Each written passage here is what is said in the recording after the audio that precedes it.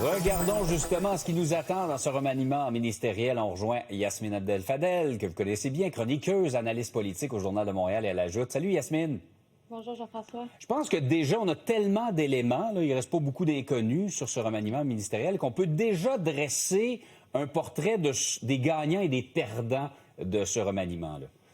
Oui, parce qu'il y a clairement des gagnants, il y a des perdants, il y a ceux que c'est le statu quo. Ouais. Mais chose certaine, ce qui se dégage du portrait actuel, c'est qu'on n'a pas l'impression qu'il y a eu une grille de sélection, là, une grille de filtre, un filtre qui s'est appliqué à tous. Je vais commencer par les gagnants. Bien évidemment, France-Hélène Duranceau, de passer à l'habitation au Conseil du Trésor, c'est une promotion et toute une promotion. Pour une ministre, à Yasmine, qui était quand même contestée, hein? On dit qu'elle avait des problèmes de communication, mais la vérité, c'est que dans ses dossiers, elle a livré, mais elle n'a pas été la plus grande communicatrice.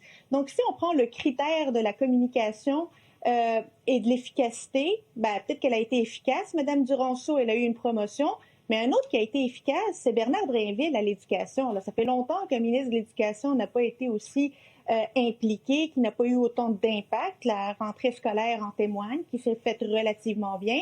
Ben lui, il y a eu une démotion. Une démotion, il va à l'environnement. Et on se dit, Bernard Drainville, il n'a pas nécessairement mérité de démotion. Il y a d'autres qui auraient mérité une démotion avant lui.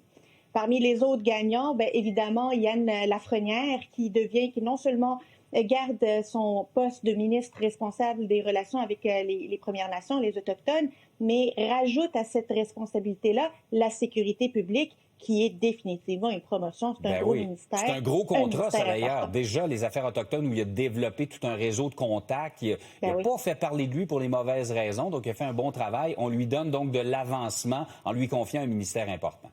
Un ministère très important. Il y a celle qui a surpris, c'est Mme Guilbeault, Geneviève Guilbeault, qui connaît un changement latéral. Bon, elle perd le poste de vice-première ministre. Mais honnêtement, c'est un poste honorifique, là. C'est un titre honorifique, là. Ça ne vient pas avec une responsabilité particulière, à moins que le premier ministre soit dans une incapacité de gouverner. Mais on lui enlève ça, mais on lui donne les affaires municipales, qui est un gros ministère. Donc, c'est un changement latéral. Elle n'a pas subi de conséquences ou une colère du premier ministre. C'est ce qui en ressort. C'est un peu particulier comme remaniement parce que, Jean-François, on nous en a tellement parlé. On a tellement spéculé. Le premier ministre promettait un gros remaniement en juin dernier.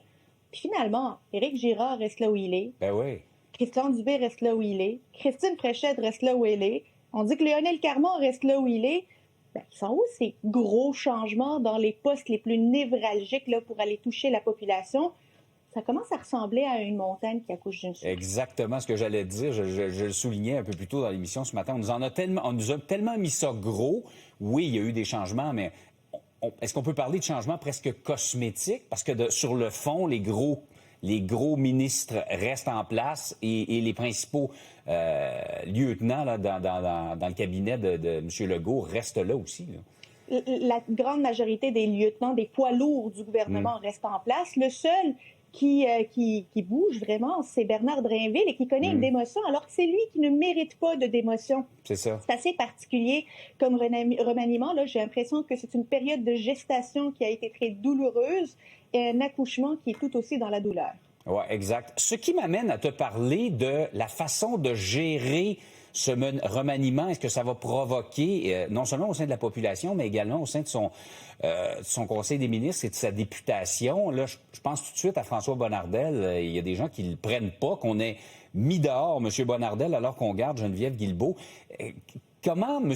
Legault va gérer ça? Il joue un peu dans la prochaine année son avenir politique parce que là, le prochain qui, si ça ne fait pas l'affaire, à peut-être se retirer, ça serait lui. Jean-François, jusqu'à aujourd'hui, jusqu'au remaniement, on avait un caucus nerveux parce qu'ils ne savaient pas qui allait aller où, qui allait perdre un poste, qui allait être promis.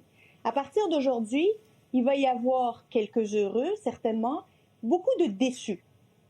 Mais là, est-ce que la déception au courant des prochains mois pourrait se transformer en révolte? Parce que là, il y a des sacrifices qui ont été faits. On a sacrifié François Bonnardel, on a enlevé certains d'autres joueurs. Mais à quel prix? Si disons que les chiffres des sondages ne bougent pas, là, il va y falloir opérer un autre changement. Le seul qui demeure, c'est François Legault. Alors, il a jusqu'à à peu près Noël pour faire monter les sondages pour la CAQ, dans l'intérêt de la CAQ. Autrement, on va le pousser vers la sortie. Il s'agit ici de François Legault qui joue son propre avenir politique. Et à la lumière du sondage de ce matin d'Angus Reid, là, qui dit que François Legault est le plus impopulaire premier ministre de tout le Canada, de toutes les provinces, il y a 22 de popularité. Ça veut dire que le 3/4 des Québécois ne veulent plus de lui. Ça, c'est une statistique qui fait mal. Il n'y a pas juste la population ou nous, les analystes politiques, qui regardons ces chiffres-là, le caucus aussi. Exact. Et on est presque rendu au point, si on voit les chiffres, où les Québécois, Québécoises n'écoutent plus. Là. Quoi qu'ils disent, quoi qu'ils fassent, les gens sont prêts à passer à autre chose. En fait, on va voir au courant des prochains jours, lorsqu'il y aura un autre sondage, quel effet aura eu ce remaniement. Je prétends que ça ne va pas rien changer. L'électeur est devenu imperméable à tout ce que le gouvernement de la Coalition Québec propose, dit, et il va falloir avoir des grosses révolutions, des grosses réformes qui devront avoir un impact très réel sur le terrain pour espérer un changement. Autrement, j'ai l'impression qu'il y a beaucoup d'attentes envers ce remaniement de la part du gouvernement. Il risque d'être déçu.